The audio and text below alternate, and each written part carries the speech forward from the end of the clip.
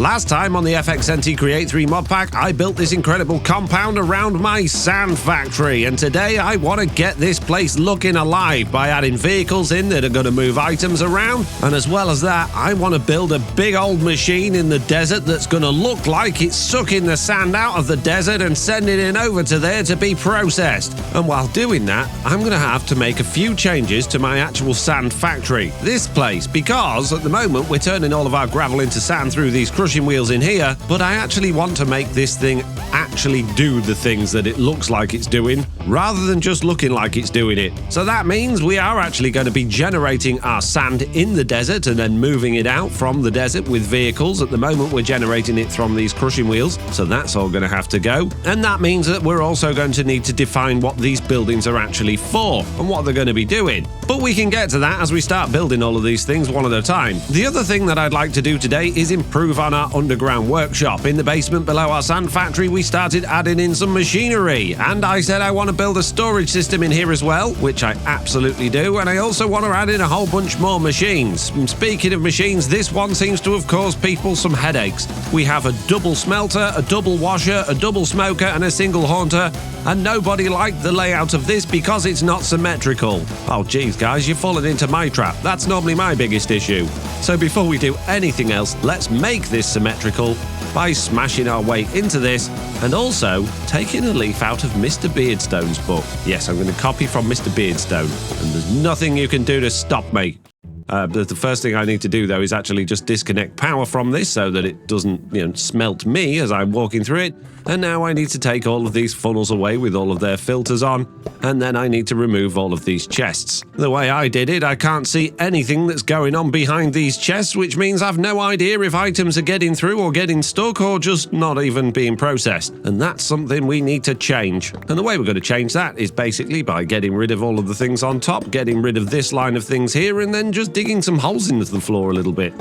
Oh, and yes, that means making a hole into the area below, but that's absolutely fine. At that point there, we're then going to add on these chests here, which I cannot make symmetrical, regardless of how much you would like it to be symmetrical, unless I split one of these things. So it's going to have to be exactly the same as it was. And then instead of funnels, I'm going to throw some smart chutes on the top of these instead. Then I can throw the filters back on, and then realize I need all of these to go back a block, because I'm smart. I do everything perfectly first time, guys. There we go, that's better. They're all pushed back a block. That means I can put this line of blocks back in here. I'm going to turn these tough bricks into tough brick stairs, and then throw these in across here like this so that I can actually access the chest still without having a hole in the floor. And then I need to pop up into the sand factory and grab myself a little bit of glass. We should have a whole bunch of glass in here now, and I actually want some black stained glass, which is this one. And then with this glass, I was going to just do a line of it like this, but then that's going to look really weird because, I don't like that at all. Instead, we're going to grab ourselves some temporary blocks and put those just there like this. Add ourselves on some copycat boards onto the front. And then what about some andesite? No, I can't put andesite bars or iron bars into those. Okay, we can't do that. In which case, we'll just put glass on those instead, and then we can see through those and see what's actually being smelted and smoked and washed and stuff behind all of those panels. And now, in order to make this look slightly less symmetrical, we're going to remove that, remove that, remove that, put them there instead, and then when I add the items back in, they're more evenly spaced. You're welcome. Good, that's our little smelting system completely redesigned from the ground up, and now it's just as efficient as it was, but it looks a little bit nicer. Thank you, Mr. Beardstone. Next, I want to wait a minute. I can see you. Go away. Leave me alone. Anyway, yes, next I want to do some digging. I want to do a lot of digging because I want to make this workshop massive. And the way I'm going to make it massive is by basically digging out the entire area underneath of our tarmac so that I can link it up to all of these buildings and have underground access to all of these as well. That means that I'll actually have easy access to my copper factory farm place thing that we made in the last episode here, because I'll just be able to pop down into the basement and, well, walk my way through into my workshop. I like the idea of that, but in order to do that, I'm going to need to make some significant changes to my tunnel bore, which is something else that I want to live at this factory area. And currently my tunnel bore is over here. It's a reasonable size. but it's ugly and it could look a whole bunch better.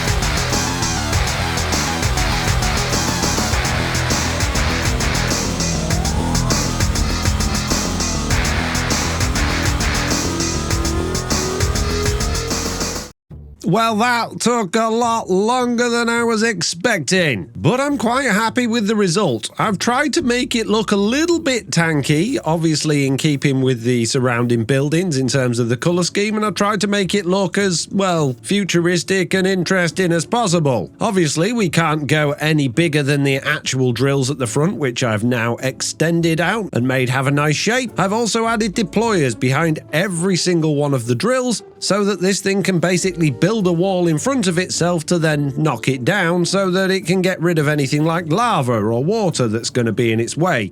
We've also got upwards facing deployers along the top section to build a roof above this thing, should there be any lava pockets or water pockets above, but it's not going to worry about side holes and things like that, because if we do have lava pouring out the side here, it's not going to reach me by the time it gets to the middle. So on the back, I've used these hypertube entrances just to make it look like this thing's got sort of boosters on the back to make it go a bit faster. We've got an ejection point here to get rid of all of the items I don't want to keep, which is mainly cobblestone, cobbled deep slate and netherrack. We've also got two portable storage interfaces here, so we can interface this with a dock to unload all of the items, and we'll need to do that because we have no access to the items inside, because it's all vaults. Vaults that don't attach together and make a big old vault because, well, the shape of this thing just didn't allow for that. Inside, we've got this little gully that gives us access to the minecart itself, as well as the deployer that's going to be placing down track for the minecart to run on, and the deployer that's going to be filling in holes. We've also got a seat to sit on, as well as a drill and deployer button that I can turn the drills and deployers off with, just in case we need to turn them off. And when I sit on this seat and look around, I can't see anything at all. So yeah, chances are I'm going to not be inside this at all. I'm probably just going to be following it, which is going to make life particularly difficult to then actually pick this thing up if I want to, or if there's an emergency. And one thing's just occurred to me I've completely forgotten to add to this, and that is the plow that picks up the track that this thing's going to be placing, because we don't want to be leaving lines of track everywhere. So I guess I should add that now. And how hard's that going to be? Let's go down this hole here, pick the entire thing up, pop down our cart assembler, put it on lock rotation, stick the cart back down, but I need to stand here so I appear in the hole and don't get stuck inside it. And now I just need to attach this plow far enough back that it's not going to destroy the rail that's already underneath it, which means really it needs to go under these steps here. So let's just place a temporary block there for now, pop that on there. Oh geez, I've not made this thing easy to get around. I need to get rid of that now. I'm going to use this diagonal girder to attach it above. Obviously not forget to glue it on, and then put this little bit of floor back in so that I don't keep falling down the hole. And that should do it. That should now mean that everything is ready to go. So let's just pop this thing up again, pick it up, and let's take it for a spin, which is essential because I've completely run out of redstone. Now, of course, I did say I want to use it to mine out underneath here, but before I do that, I want to take it down an actual mine to get some redstone and just test how well this thing's going to actually get on. And it could be an absolute disaster. So, popping over to our starter area where we've already got a decent sized mine going on, this should be a good place to actually test this. And we've got to go pretty low down in the world to try and find the bit that I've already mined out a whole bunch of. Pretty sure it's around here somewhere. There we go. So let's grab ourselves some normal rail. We're also going to need some coal to get this thing started. Let's just pop a few bits of track down, stand next to it, pop it there. I can then pop up the hole and then just feed it a bit of coal. And now if I sit in the seat, like I say, I can't see anything at all, but I assume it's doing a good job. We should probably go outside and have a look, shouldn't we? Is it actually? Oh, it is dropping the stuff we don't want to keep. That's good. And it is moving forward and it is destroying things, but it's not building a wall. probably because I've already got rid of all of the stuff that's in it. I mean, it's very difficult to see if there is anything actually in storage in this. I did add some chests to the front. We're going to need one for rail, and we're going to need some more for coal. And yeah, those deployers don't seem to be doing anything at all. Okay, I think the smart thing to do here is to just turn off our ejector system and make sure it's not because we're just spitting out absolutely all of the blocks that this thing's picking up. Then we can enable this thing again, get rid of that, get rid of that, pop down a bit of rail, and give this thing a nudge, and hopefully now it's going to do it. Ah, here we go. Now it's working. It was because we were spitting out way too much of the cobbled deep slate so it couldn't build itself a wall. But now that it can, this thing should be lava-proof and waterproof as well. So I guess, rather than testing it down here where it's doing very little at all, well, I should take it to the Nether. But before, I need the redstone first. So let's, instead of driving this in an area where there's nothing to smash, let's go drive it into a wall. So is this now better than it was before? I'm going to argue yes in some ways and no in others. And hello, silverfish. Thank you. No, and I'm good. I don't need silverfish right now. In terms of its looks, I think it looks great. I think it really does look a whole bunch more exciting than just a little bit of wood with some chests on the back. But in terms of its efficiency and ease of use, I would argue, no, it's not much better. Whilst I have added a few extra drills on it and made it lava-proof, which is an improvement. Oh, really? It's now much more difficult to align with the section of the wall I wanted, and it's a lot more cumbersome than it was before and difficult to, pick up and put down and work on and whatnot. But that all said, it does look a million times better. So we're going to keep it, and I'm going to get these diamonds. Thank you very much. No. And of course I'm going to get all this redstone as well because I'm completely out. And that leads me on to something else I need to do. But we'll talk about that in a minute. And as I grab these last few diamonds that are sitting here in the ceiling, our tunnel bore has finally done a complete length of this area that we were in, which means I need to stop it. Pronto. Quick, stop. There we go. Stopped. Ooh, and some gold. Don't mind if I do. Well, I managed to get a whole bunch of redstone that time, as well as a few diamonds as well, and of course, there's a whole bunch more inside of the tunnel bore. So let's go and unload it, take it to the Nether, and then I'll talk about that thing that I said that I also need to do. And now that I'm back over here, I'm thinking where could be a good permanent place for this tunnel bore to actually do its unloading. This space here is probably big enough, but that might block access for our vehicles coming round here. We've got a bit of a corner space at the back there that could work. And we've also got, obviously, the entrance to our base here, this port, where I would really like it to be, but it's going to be way too big to fit in that. If I pop this down here and then pop that down, yeah, oh, jeez, I forget I go inside it. Ah, jeez. You'll see, it doesn't really fit. It's a bit big. Well, I've spent a while placing this thing all the way around the compound, and the only space where it doesn't block access to everything else is just about here, although I was planning on having an exit point for vehicles to go into the desert from this point, so we do still need another home for it, but for now, this is where it can go. So now I'm going to offload everything that we've just got, take it to the Nether, and then tell you all about that thing that I said I needed to do, which is nothing that I described at the beginning of this video. In order to get the items out of our tunnel bore, I've thrown down this temporary big vault. I've added a couple of portable storage interfaces here, and I just need to add some funnels going into those and some funnels coming out of those, and that'll allow all of the items to get taken out of there relatively quickly and stored in this vault, emptying our tunnel bore, allowing it to be ready for the Nether. Not that I actually need to use it in the Nether, but I want to see if it's actually lava-proof. And there we go. It's now completely empty, which means we can pick it up again and take it to the Nether. And I would quite like to put a Nether portal in place over here at this base, but now's not the time for that. We'll go use our temporary one for now. This one here, hiding behind our starter house. Let's hop in, find our way down to the little area where we do all of our mining, which I believe is over here and down these stairs. Oh, and there's a hoglin. I thought, oh yeah, I'm not wearing gold either. This will be a good showing of how good this thing is at, protecting me from all of the bad things that could potentially happen down here. Now, if I look at the mini-map, we should be able to see, yeah, there's a whole bunch of lava in this direction. So what I'm going to do is throw down a few bits of track here, throw down my tunnel bore, see if it actually lines up with the bit that I want it to hit. Almost. I need to go one block over to the left. See, this is why it's not quite so easy to place as my other one, because the other one lined up perfectly with the corners. Let's try that again. Bit of track, tunnel bore down, close the doors so nothing can get me, enable all of those things, sit on the seat, and off we go. Maybe, possibly. I can't drive it. I need to... how do I start it? I just give it a nudge. And here we go, roaring through the nether. Look at this thing go as it builds walls, which completely gets rid of all of the lava. Look how well it's getting rid of the lava. Oh, it did actually. It's drying up. It's working. We're not getting completely obliterated. Uh-oh, this could be a problem. Perhaps we're not quite placing our netherrack as quickly as we're mining it away, which means this thing is not remotely lava-proof.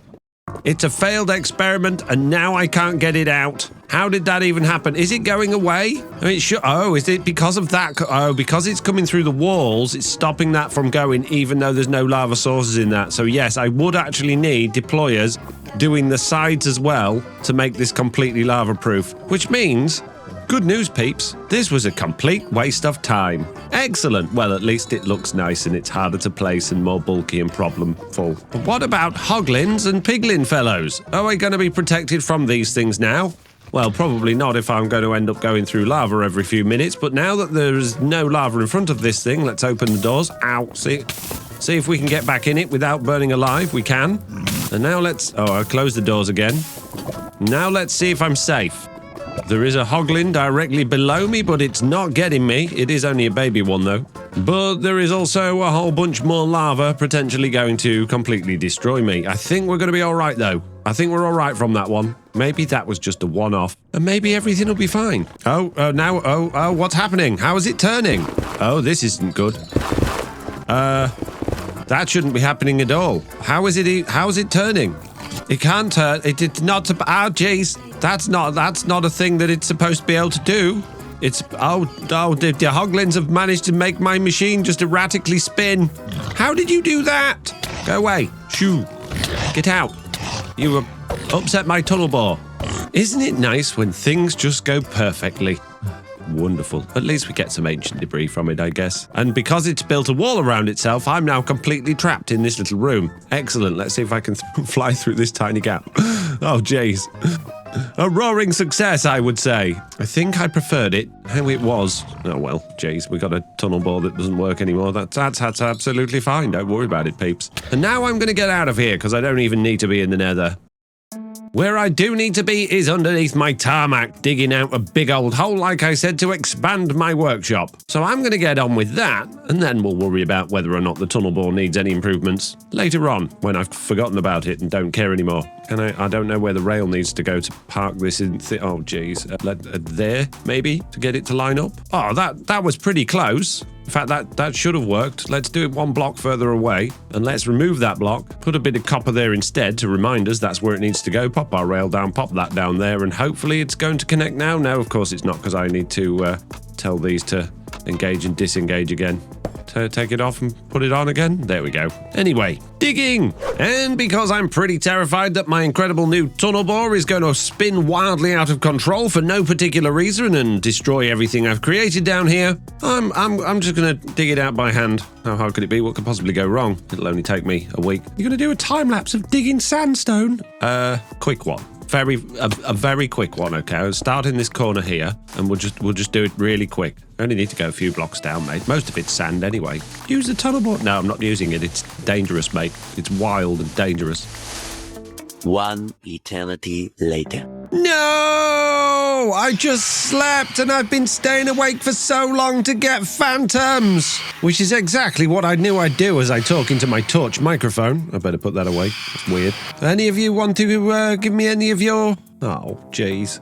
Well, anyway, a whole 8.5 hours later, the underground of this area is now done. I made a lot of mistakes while I was doing this. and changed my mind a number of times. I was originally going to have each of the basements actually meet up with the buildings that were above them, but then I remembered that I couldn't do that because some of the buildings actually have garage ports in them, like this wide one here. This has room to have vehicles coming in and out. And if I'm going to be having vehicles coming in and out, basically trains disguised as vehicles, I need somewhere to put the track that's not going to interfere with the basement rooms, which is why I've left this gap up here, so that I don't have to use phantom membranes because I always go to sleep and therefore I don't get many phantoms and I haven't got a phantom farm. So making phantom rail, which is basically invisible track, is no good. So we've got this whole area underneath here between our actual floor and above our basement rooms where we can have track and the bogies running around for our vehicles that we're going to be making. And underneath this, we've actually got all of the rooms. As you can see, we've got walkways between them all, and they all link together and they all link into our main area. And if I can actually find my way into this, which I'm going to have to do by hopping back out again through the little hole I made, and then heading down inside into our workshop, if we head far enough down, you'll see we've now got access to all of these areas. So we already had this bit of space here. I've now knocked that through into this room here. So we've got a big old room for space here. That then comes through this one where we've got even more room here. That then comes through, links back to our main building over there and carries on round here to this room here, which isn't quite so big, but it's big enough. That then comes back this way, going back into our basement, which already existed, and then out this way, which leads to another room. And then this way leads to our biggest room yet, which is this one, which is absolutely huge. And then that leads round this way through this tunnel, which also goes back to our main workshop and also to our final building here. And just to give you some reference to where this is, if I hop into FreeCam and look up, that's this building.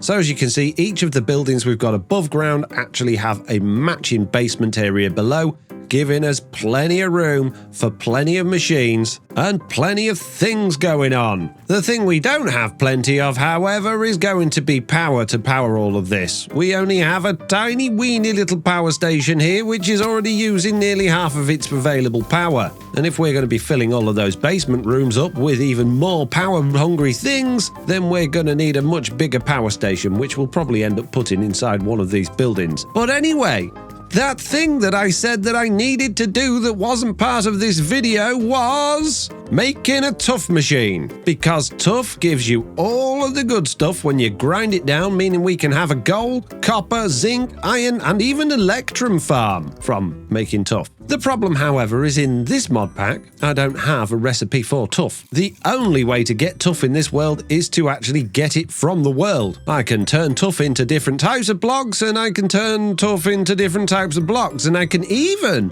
turn tuff into different types of blocks. I can also find tuff in some trial chamber chests, and I can get tuff from tuff, but I can't craft it, which is going to be a bit of a problem if I'm going to continue building with copper things and if I want lots of gold and, more importantly, zinc along the way.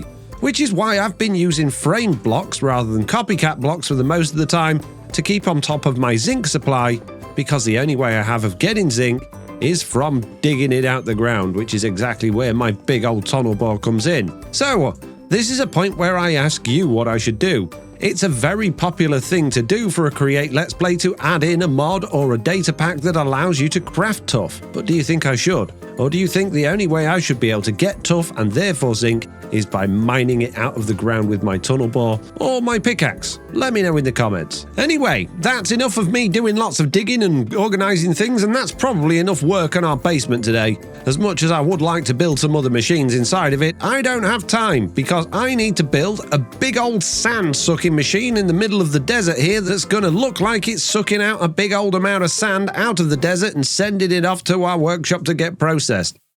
And so in order to do that, because I'm running out of time to actually get this video out to you, I'm going to be doing that in a creative copy of this world and then schematic cannoning the entire thing in. So let's hop out of this server and head over into a single player copy of the world, where apparently I'm in spectator mode. So I need to open this to LAN, and now I can change my game mode to creative, use the map to hop over to where we're actually going to be building rather than world spawn. And now I can get to designing this thing, which what the heck is that?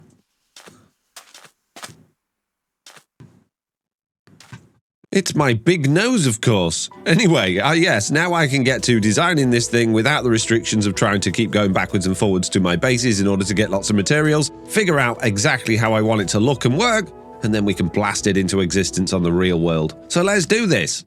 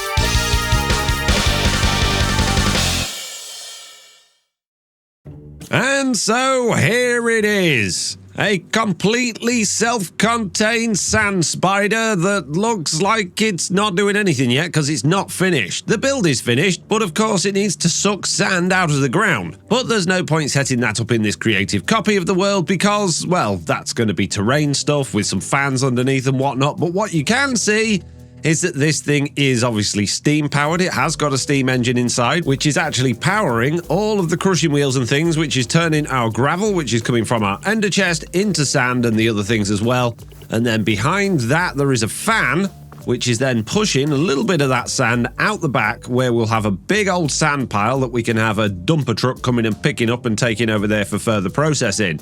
Of course, this sand is going to need to be picked up so it doesn't create massive amounts of entities and lag on my server, and that will then be passed underground under to here, where it will then be fed up through more fans, hopefully a bit of it caught by the machine itself, and that should just about finish off the build. But before I can turn this into a schematic, there's a couple of things I need to do. First of all, I need to stop these big old industrial rotors from spinning so that they are actual blocks and we can actually get them as part of the schematic.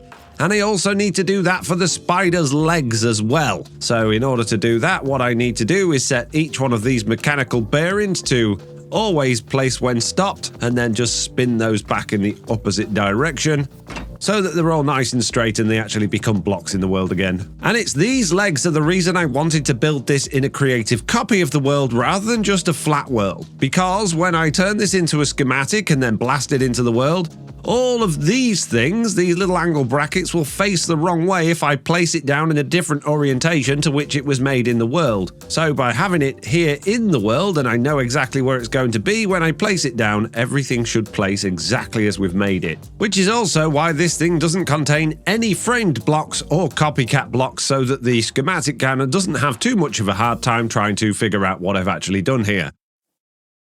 For the power station, I've just added in this very simple steam engine, which is using this ender tank to push lava into this blaze burner and this blaze burner. We've got a little leaf block on top with a faucet providing it water, and that gives it just about enough power to actually run everything we need in here. As you can see, we've got, well, we're only using half of it in fact, so there's more than enough power. We could potentially make that even smaller. For the lights going up the front, what I've done here is I've set down a little redstone clock, which is then running through some observers, turning on and off these copper bulbs, and from the front, I really like the effect that it's got. And when we turn it to nighttime, that does help illuminate the front of this, making it look a whole bunch more ominous and a little bit more exciting. Anyway, it's time to turn this into a big old schematic, figure out what materials I'm going to need to build it in the real world, and then, yeah, go and do a whole bunch of resource gathering, I guess. Just make sure I get absolutely everything in. I do not want to miss a single block. And of course, I don't want to be getting any of the terrain in this either.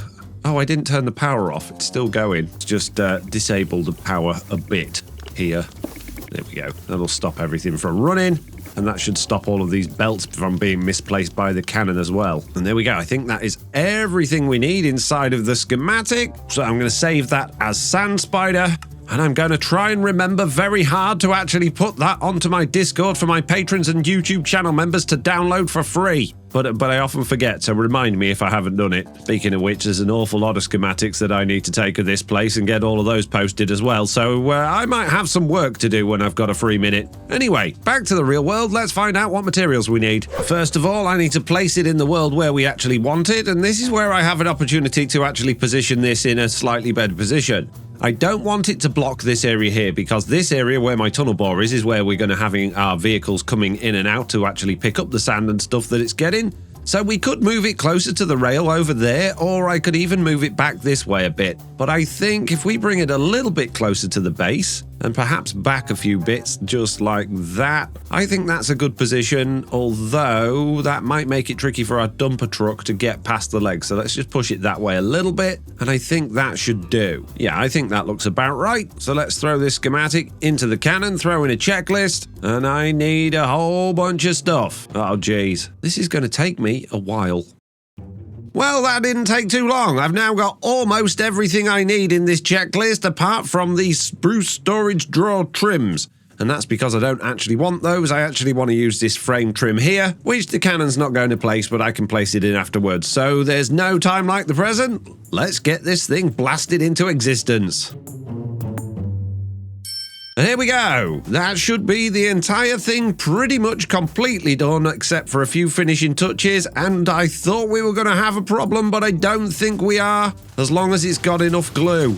Oh geez, put more glue in. Yeah, I forgot to put the glue in when it started, but I think I've got away with it because it normally does glue in last, and there's an awful lot of glue in this thing. As you can see, it's throwing a lot of tubes of glue at this. It only seemed to use that one tube, so these other two that I've thrown in there didn't seem to be required, and it does look like it's got absolutely everything that I glued in, which is very nice. There's one way to find out though, I guess, and that is to start twisting our little thingies here. We actually want to now turn these all onto any place when anchor destroyed so they don't disappear or go all wangy. Wangy? Yeah, wangy. It's the official term for it.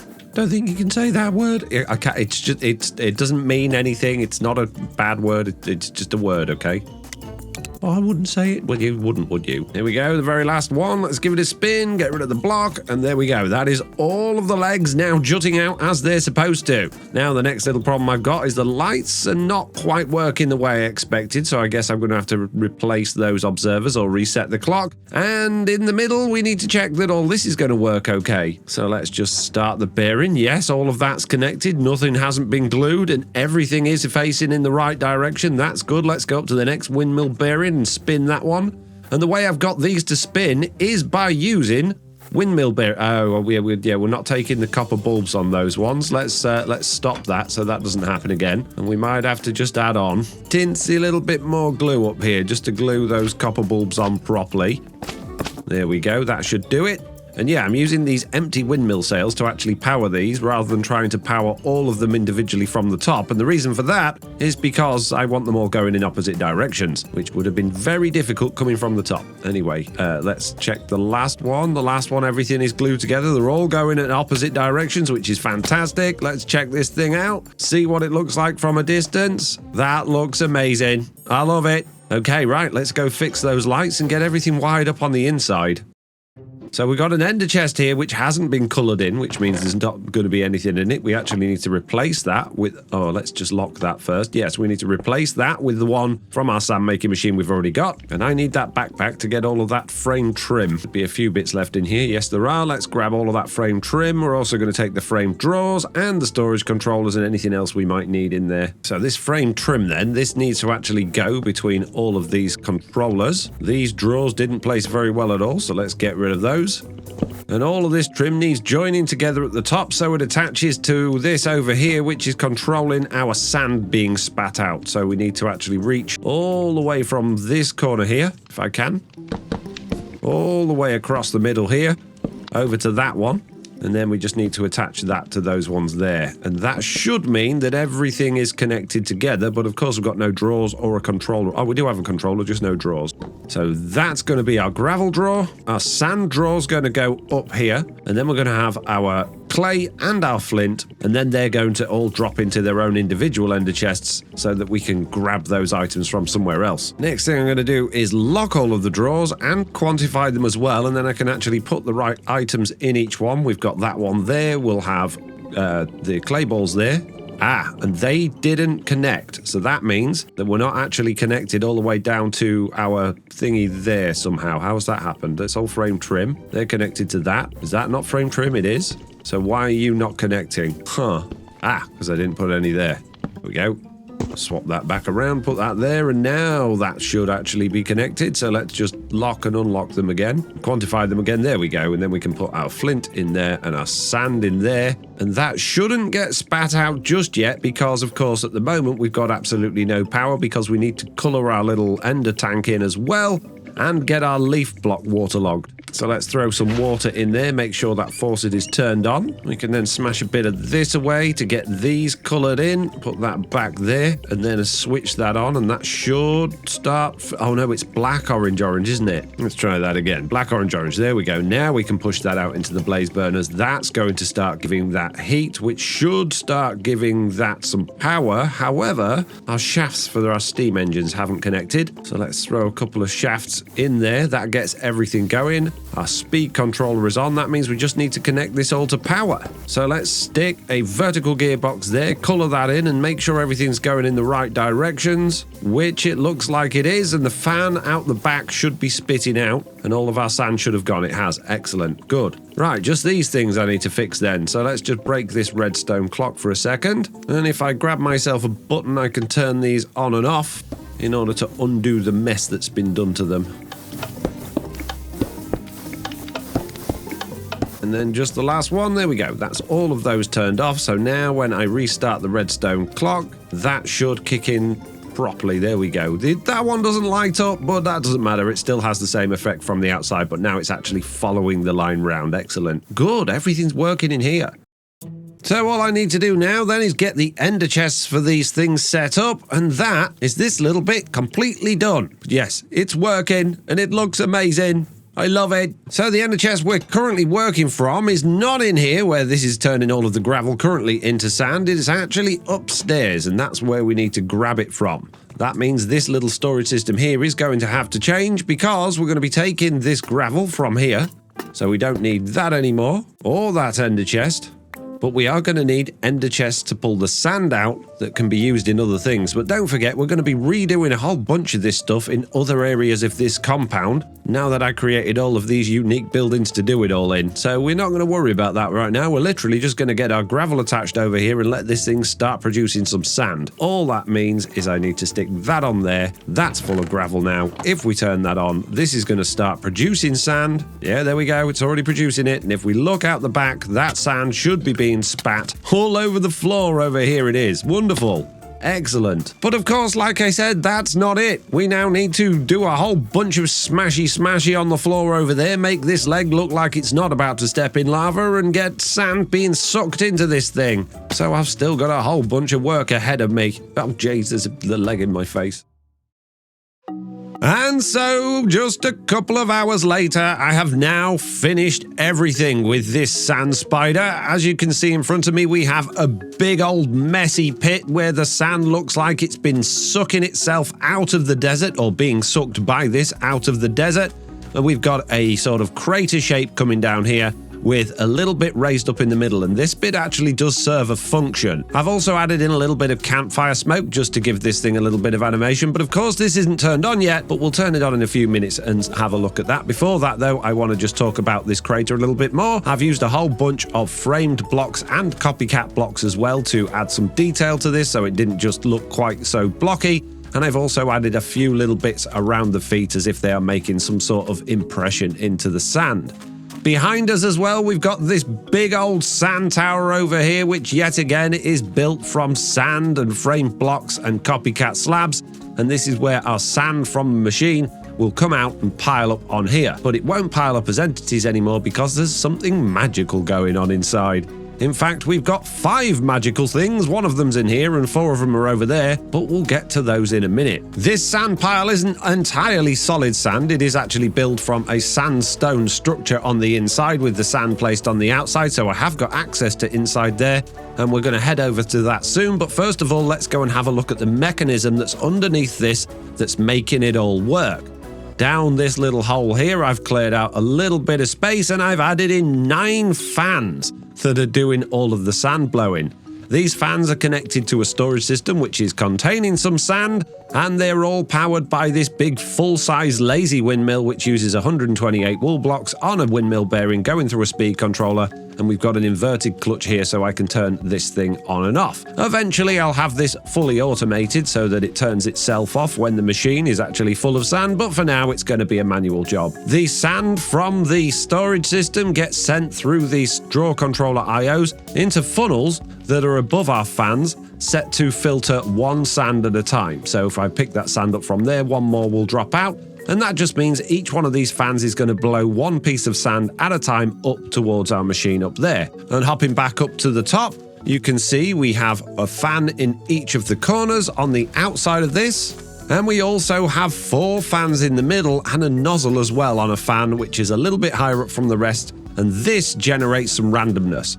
So as each of the fans throws its sand directly upwards, the nozzle does have some effect on it, blowing the sand around a little bit, making it look a little bit more wiggly and interesting, and that's why we needed this raised section in the middle to make sure that it didn't blow everything miles off to the sides. Without this bit in the middle, all of the sand just ends up over there and there and there and there, and not much of it actually makes it up above us. And speaking of above us, this is where the sand is collected. We have 4 backpacks up here. Each one of them has a magnet upgrade in it set to only allow sand in. They're stood on top of chutes which go into more draw controllers, and there is some frame trim that goes all the way up to here, feeding the sand that's collected from the blowers into our system here so that it can go in there. Some of that then gets spat out the back of this thing onto our hill at the back, and the way we're recycling this, if I go back down this hole, is that is all connected to the rest of it with more of this frame trim. If I run along this line of frame trim here, you can see underneath our sand pile, we have another backpack with another magnet upgrade in it. That picks up all of the sand that's spat out by the machine, sends it back into here, which replenishes our supply of sand over at this little machine here, meaning it never runs out, which is amazing. So I guess you want to see this thing running, so let's flick the lever. Hop back up my temporary little hole here, and now you can see that it actually looks like the sand is being pulled out of the desert. You can see the big particle effects are coming from that nozzle. The sand is getting sent up, and you can see that the backpacks are collecting it as it goes up, sending it up through the storage system, which means it can then be spat out the back over here, which is then picked up by that magnet. The storage trim is then bringing it back over here to send it all back up again, and it works brilliantly. I really like how this works. I really like the effect of it, and I really do think it looks like this machine is sucking sand out of the desert. I mean, not much sand. We could absolutely increase the rates that the sand is going up through this thing, but the more we have going on, the more animation we have going on, and the more loose entities there are in the world, the more lag we're going to get. So I've settled with this for now, and I think this is absolutely perfect. And that means that now this is completely complete, we can focus our attention on building some vehicles that are going to come and collect the sand from this sand pile, take it over to our base for some processing, making the entire thing feel a whole bunch more alive and more like it's being used and worked in. But of course, that's going to have to wait because I've completely run out of time. So for now, let's just enjoy the splendor of this huge sand-sucking spider. Thanks for watching, and I'll see you in the next one.